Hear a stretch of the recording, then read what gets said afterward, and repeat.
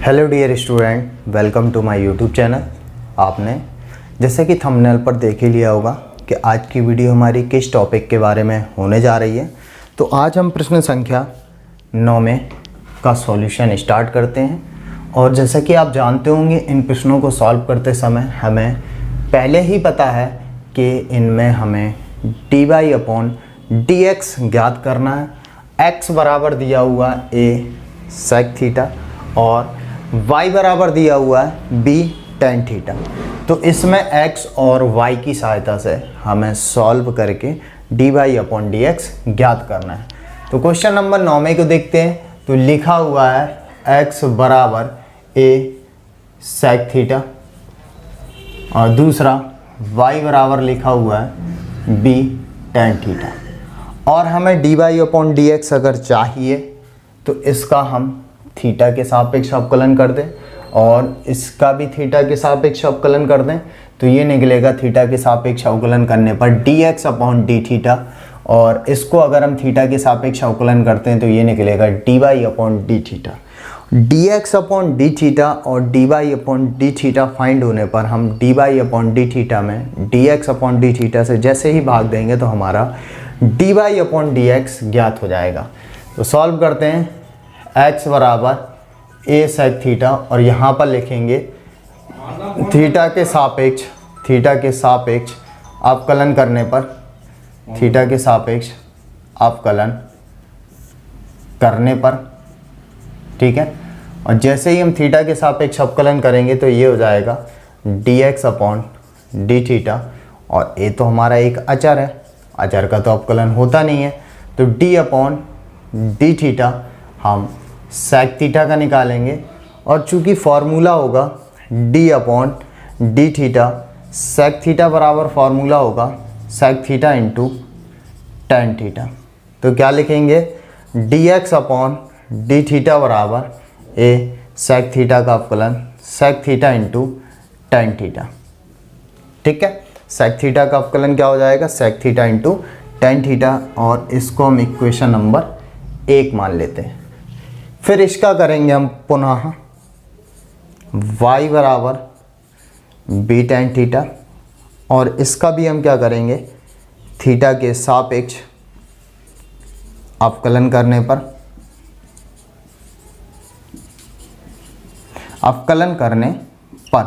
तो लिखेंगे dy/d theta. और यहाँ पर भी b जैसा कि दिख रहा है एक अचर है और अचर का तो अवकलन होता नहीं है। तो d/d थीटा हम निकालेंगे tan थीटा का। तो ये हो जाएगा dy/d थीटा इक्वल b। चूँकि फॉर्मूला क्या होता है d/d थीटा, अगर tan थीटा होता है तो कितना हो जाता है sec स्क्वायर थीटा। तो इस tan थीटा का कितना हो जाएगा sec स्क्वायर थीटा। और समीकरण 2।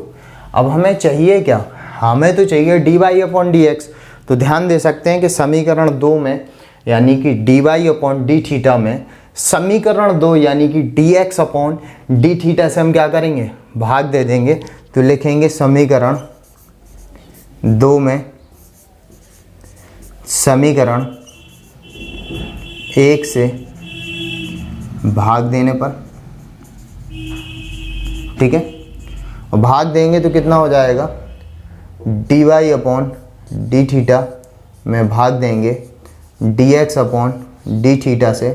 तो बराबर होगा b sec स्क्वायर थीटा बटे a sec theta into tan theta. Solve करते हैं तो देखिए d थीटा से d थीटा कैंसिल, तो dy/dx मिल गया बराबर एक sec थीटा से एक sec थीटा कटता है तो हो जाएगा b sec theta upon a tan theta.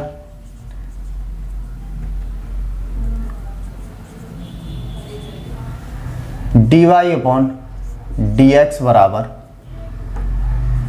कितना हो जाएगा b upon a। sec theta को नीचे लाएंगे तो 1/cos थीटा हो जाएगा और tan को ऊपर ले जाएंगे तो भाई cot थीटा हो जाएगा।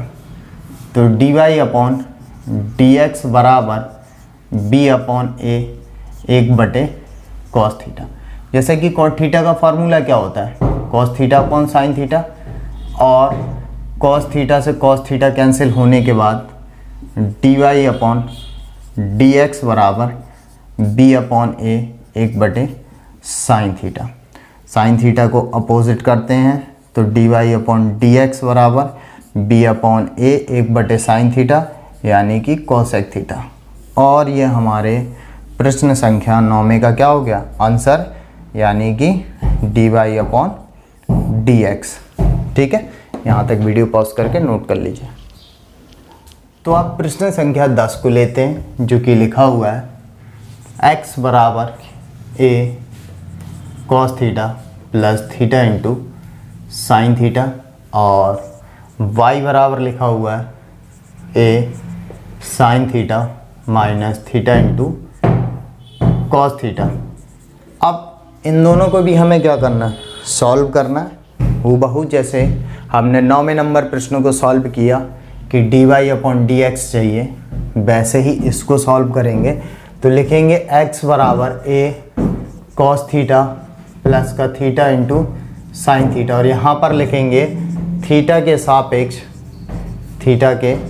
सापेक्ष अवकलन करने पर। ठीक है, थीटा के सापेक्ष अवकलन करने पर, तो थीटा के सापेक्ष इसका भी अवकलन करेंगे तो कितना हो जाएगा dx अपॉन डी थीटा, और a तो हमारा क्या अचर, और cos थीटा का अवकलन d अपॉन डी थीटा तो cos थीटा। वैसे ही इसका हो जाएगा थीटा इंटू साइन थीटा का, यानी कि d upon D theta, theta into sine theta. अब चूँकि फार्मूला पता है, चूँकि d upon D theta cos theta का अवकलन क्या होता है माइनस का साइन थीटा। ठीक है, और d अपॉन डी थीटा यहाँ पर फर्स्ट और सेकंड वाला कॉन्सेप्ट। तो फर्स्ट सेकंड का कॉन्सेप्ट लगाएंगे तो भाई फर्स्ट का कुछ नहीं, सेकंड का अवकलन प्लस सेकंड का कुछ नहीं और फर्स्ट का अवकलन। एकदम इजीली फार्मूला आंसर लगाएंगे। फार्मूले को लगाते हैं तो dx अपॉन डी थीटा बराबर a cos थीटा का अवकलन माइनस का साइन थीटा, और इसमें फर्स्ट सेकंड का लगाते हैं तो फर्स्ट का कुछ नहीं, सेकंड का अवकलन, और फिर सेकंड का कुछ नहीं और फर्स्ट का अवकलन यानी थीटा का अवकलन। ठीक है, चूँकि फार्मूला क्या होता है d अपॉन डी थीटा और साइन थीटा बराबर अवकलन कितना होता है कॉस थीटा, और थीटा का अवकलन कितना हो जाएगा d अपॉन डी थीटा, तो थीटा का अवकलन हो जाएगा 1, यानी कि dx अपॉन डी थीटा बराबर a साइन थीटा का माइनस का साइन थीटा ही रहेगा क्योंकि कॉस थीटा का माइनस साइन थीटा अवकलन। अब यहाँ पर थीटा का तो कुछ नहीं और साइन थीटा का अवकलन कितना हो जाएगा कॉस थीटा, और ये रहा साइन थीटा, और थीटा का अवकलन कितना हो जाएगा 1। तो गौर कर सकते हैं ये भी साइन थीटा लिखा हुआ है प्लस का, और ये भी साइन थीटा लिखा हुआ है माइनस का, तो ये आपस में कैंसिल हो जाएंगे। तो dx अपॉन डी थीटा तो a थीटा और cos थीटा, तो इक्वेशन 1। तो ये हमने पहली वाली इक्वेशन मतलब जो पहले x बराबर जो वैल्यू दी गई है उससे dx अपॉन डी थीटा और समीकरण 1 बना लिया। पुनः इसका भी थीटा के सापेक्ष अवकलन करेंगे तो लिखेंगे पुनः y बराबर a कोष्टक में साइन थीटा माइनस का थीटा इंटू कॉस थीटा, और इसका भी क्या करेंगे थीटा के सापेक्ष अवकलन करने पर और थीटा के सापेक्ष अवकलन करेंगे तो कितना हो जाएगा dy अपॉन डी थीटा। ए तो अचर है भाई, इसको छोड़ देंगे, यहाँ पर करेंगे तो अवकलन होगा D upon D theta sine theta का। ठीक है, और अवकलन होगा थीटा इंटू कॉस थीटा का। ठीक है, तो सेम प्रोसेस इसमें भी साइन थीटा का अवकलन कितना होता है पहले ही लिख चुके हैं हम यहाँ पर, और फर्स्ट सेकंड का कॉन्सेप्ट ये रहा, तो ये रहा फर्स्ट और ये सेकंड। तो D Y upon D theta equal a और साइन थीटा का अपकलन कितना हो जाएगा, कॉस थीटा। ठीक है, माइनस का चिन्ह बाहर। अब यहाँ पर क्या होगा, फर्स्ट का कुछ नहीं, सेकंड का अपकलन यानी कि कॉस थीटा का अपकलन, प्लस सेकंड का कुछ नहीं, फर्स्ट का अपकलन डी अपॉन डी थीटा यानी कि थीटा का अपकलन। ठीक है, तो D Y upon D theta equal a cos theta minus theta. Cos theta का अपकलन कितना लिख चुके हैं, माइनस का साइन थीटा। ठीक है, तो कितना निकलेगा, तो यहाँ पर मंझला कोष्ठक लगा लेते हैं, माइनस का साइन थीटा। ठीक है, और प्लस कॉस थीटा, और थीटा का 1 हो जाएगा, मंझला कोष्ठक और बड़ा कोष्ठक। D Y upon D theta a cos theta minus, मंझला कोष्ठक लगा लो, ये माइनस का theta into sine theta plus का कॉस थीटा।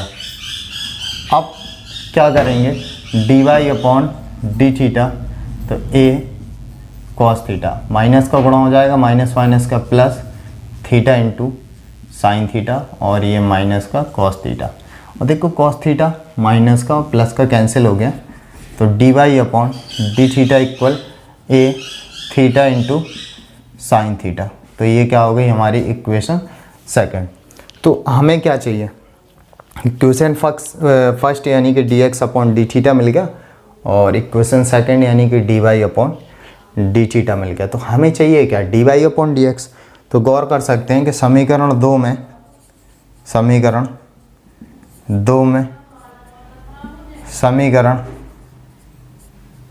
1 में भाग देने पर, ठीक है, समीकरण 2 में समीकरण 1 से भाग देने पर, अब 2 यानी कि D Y upon D theta में D x upon D theta से भाग देंगे, तो D Y upon D theta यानी कि ए थीटा साइन थीटा, और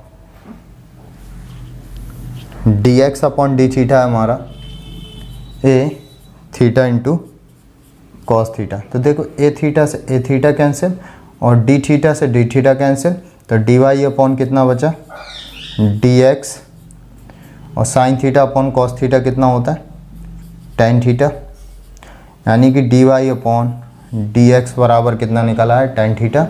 और यही तो हमारा क्या हो गया, आंसर। तो ये हो गया आपका 10वें नंबर का सॉल्यूशन। तो वीडियो पॉज करके नोट कर लीजिए। तो आप प्रश्न संख्या 11 को देखते हैं, जो एक काफ़ी इम्पॉर्टेंट क्वेश्चन है, जिसको हम बहुत ही शॉर्ट ट्रिक पे करेंगे और एक सरल वे पे सॉल्व करने की कोशिश करेंगे। आई थिंक आपको ये प्रश्न मज़ा आएगा। तो हम क्या करते हैं कि 11वें नंबर में जैसे कि पहले प्रश्न लिखा हुआ है, x बराबर a sine inverse t under root में, y बराबर a की power cos inverse t under root में। तो दर्शाइए कि D Y upon d x बराबर माइनस का y अपॉन एक्स। तो 11वें नंबर को यहाँ पर लिखते हैं और इसका हम सॉल्यूशन करते हैं। तो सबसे पहली चीज़ लिखेंगे हम x बराबर जो लिखा हुआ है कि a की power sine inverse t under root में, इसको इक्वेशन फर्स्ट मानते हैं, और y बराबर a की पावर कॉस इनवर्स t, इसको हम समीकरण 2 मानते हैं। और क्या करते हैं, समीकरण 1 व 2 का गुणा करने पर, क्योंकि हमारा मेन मकसद क्या है, d Y upon d x बराबर माइनस का वाई बटे एक्स सिद्ध करना। तो समीकरण 1 व 2 का गुणा करने पर, यानी कि x इंटू वाई ए की power sine inverse t under root में, और ये ए की power cos inverse t under root में। तो अभी क्या करते हैं, अंडर रूट ख़त्म करते हैं। तो लिखते हैं हम दोनों पक्षों का दोनों पक्षों का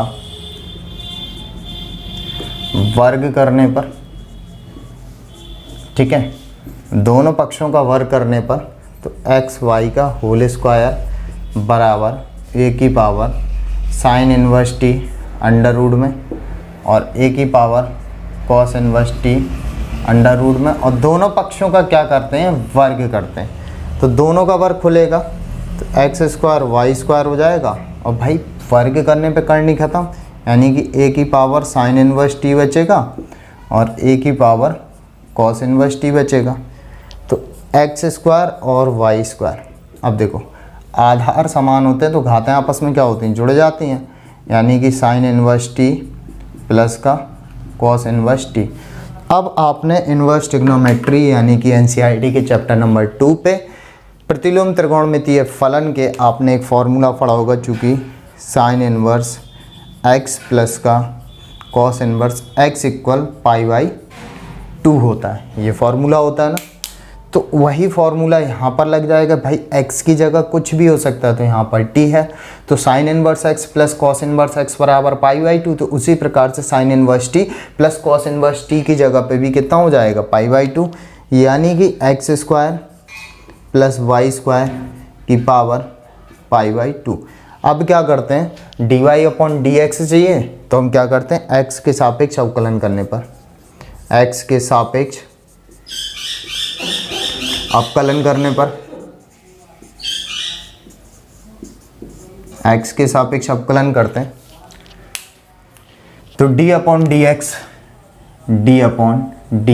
एक्स स्क्वायर वाई स्क्वायर और d/dx ए की पावर π/2। अब चूंकि फॉर्मूले जो लग रहे हैं उन फॉर्मूलों को लिखते हैं। तो यहाँ पर फर्स्ट सेकंड का फार्मूला लग रहा है, ये फर्स्ट और ये सेकंड।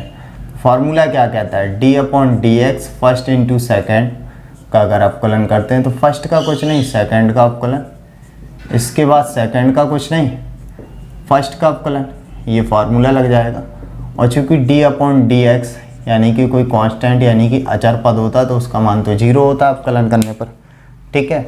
तो फर्स्ट का कुछ नहीं, सेकंड का अवकलन प्लस सेकंड का कुछ नहीं, फर्स्ट का अवकलन, और ये अचर पद है ए यानी कि 0 एक्स स्क्वायर। चूँकि वाई स्क्वायर का फार्मूला क्या हो जाएगा, चूँकि हम एक फार्मूला लिखें, चूँकि d/dx x की पावर n से n x की पावर n-1 है, तो तब d/dx अगर हम x स्क्वायर का करते हैं तो कितना हो जाएगा, 2x हो जाएगा। तो उसी फार्मूले के अकॉर्डिंग एक्स स्क्वायर और वाई स्क्वायर का कितना होगा, 2y। एक्चुअल में x के सापेक्ष अवकलन है, इस y को x मान के हमने अवकलन कर दिया तो 2x के अकॉर्डिंग 2y, लेकिन ये x नहीं है, y है, तो y का पुनः अवकलन होगा dy/dx। ऐसे ये y स्क्वायर और 2x स्क्वायर का कितना हो जाएगा, 2x बराबर 0। अब दोनों में देख सकते हैं 2xy कॉमन आएगा और 2x और y, एक x बचेगा और ये dy/dx, और यहाँ पर 2xy ले गए तो एक y बचेगा बराबर 0, और 0 की तरफ कुछ भी जाएगा ख़त्म, ये 0 की तरफ जाएगा तो ख़त्म हो जाएगा, तो पूरा 0 हो जाएगा वो तो ये इसकी तरफ चला गया 0 की तरफ, ख़त्म। तो x dy/dx बराबर माइनस का y, तो dy/dx बराबर माइनस का y और x पक्षांतर हो जाएगा, तो dy/dx बराबर कितना सिद्ध करना था, माइनस का y/x, तो ये भी क्या निकला, माइनस का y/x, और यही क्या करना था, सिद्ध करना था, और यही हमारा क्या हो गया, प्रूव हो गया। तो आई थिंक ये एक अच्छा मेथड है और प्रश्न भी अच्छा है, और अगर आपको ये प्रश्न अच्छा लगा तो जाते जाते आप कमेंट बॉक्स पे कमेंट कीजिए, और फिर मिलते हैं आपके साथ हम फिर नेक्स्ट वीडियो में। तब तक के लिए bye bye and take care.